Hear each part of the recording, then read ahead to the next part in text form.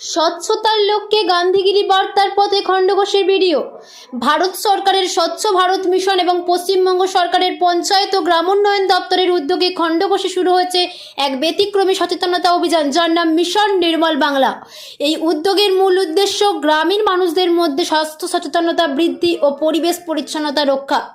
এই প্রচারে সক্রিয় ভূমিকা পালন করেছেন খণ্ডঘোষের ভিডিও অভিক কুমার ব্যানার্জি, যিনি কমিউনিটি টিম নিয়ে হাত জোড় করে মানুষের দরজায় দরজায় ঘুরে দিচ্ছেন গান্ধীগিরির বার্তা।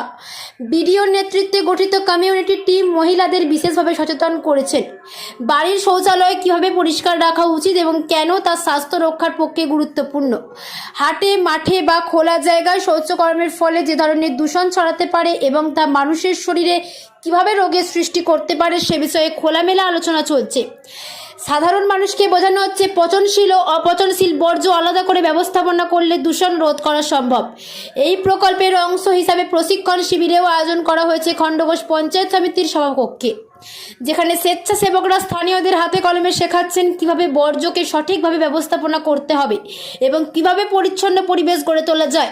শুধু স্বাস্থ্য নয়, এই উদ্যোগের মাধ্যমে পরিবেশ, সমাজ ও আগামী প্রজন্মের জন্য এক নিরাপদ ভবিষ্যতের দিশা দেখানো হচ্ছে। প্রকল্পের অংশ হিসাবে অভিক ব্যানার্জির এই গান্ধীগিরি কার্যত মানুষের মন জয় করে নিচ্ছে।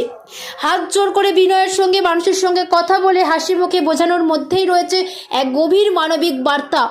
আপনি সুস্থ থাকলে সমাজ সুস্থ থাকবে, সমাজ সুস্থ থাকলে দেশ সুস্থ হবে। এই অভিনব পদ্ধতিতে মানুষের মধ্যে পরিবর্তনের ছাপ পড়তে শুরু করেছে। এলাকার মানুষজন নিজে এগিয়ে এসে জানাচ্ছেন সমস্যার কথা, কেউ আবার নিজ এলাকায় এই ব্যবস্থাকে চালু করার উদ্যোগ নিচ্ছেন।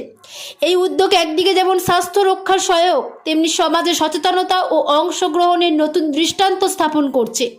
স্বচ্ছ ভারত গঠনের এবং মিশন নির্মল বাংলায় এই প্রয়াসে শুধু সরকারের দায়িত্ব তা নয়, বরং প্রতিটি নাগরিকের নিজস্ব উদ্যোগ ও দায়িত্বের মধ্য দিয়েই সম্ভব। সেই বার্তায় পৌঁছে দিচ্ছেন অভিক কুমার ব্যানার্জি ও তার টিম।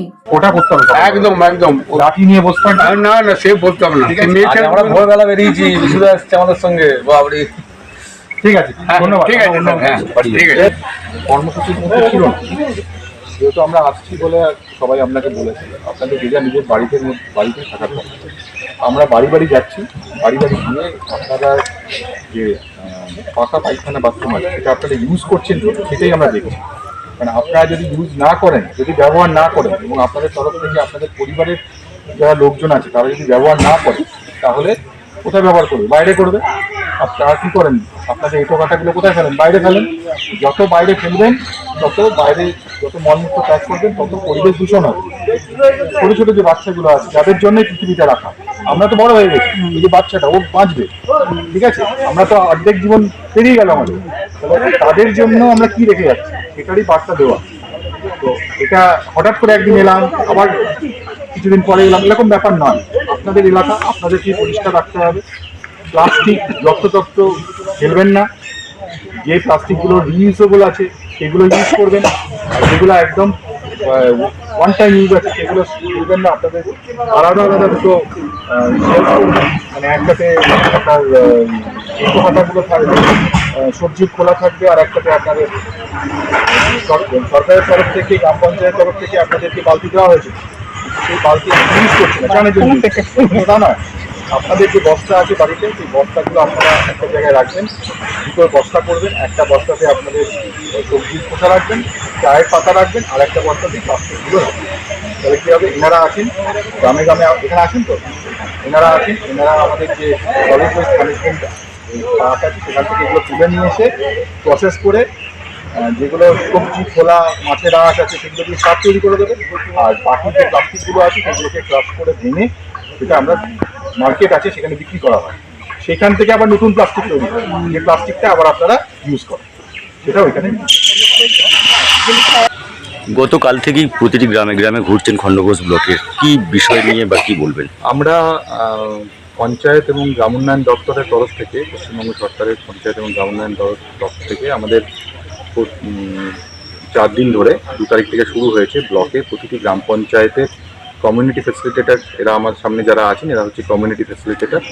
এদেরকে নিয়ে আমরা একটা প্রশিক্ষণশালা চালাচ্ছি। সেই প্রশিক্ষণের মূল উদ্দেশ্য হচ্ছে স্বচ্ছ ভারত মিশনের অন্তর্গত প্রত্যেকটি বাড়িতে, যাদের বাড়িতে আমরা টয়লেট দিতে পেরেছি বা যাদের বাড়িতে টয়লেট আছে বা যারা নিজেরা ইউজ করছে বানিয়েছে তারা যেন তাই সেই পাকা পায়খানা ইউজ করেন এবং মাঠে ঘাটে যাতে না যান, যত্রতত্র যাতে তারা মলমূত্র ত্যাগ না করেন এবং রোগ জীবাণু যাতে না ছড়ান, সেইটার জন্যই আমরা আজকে সকালবেলায় বেরিয়েছি।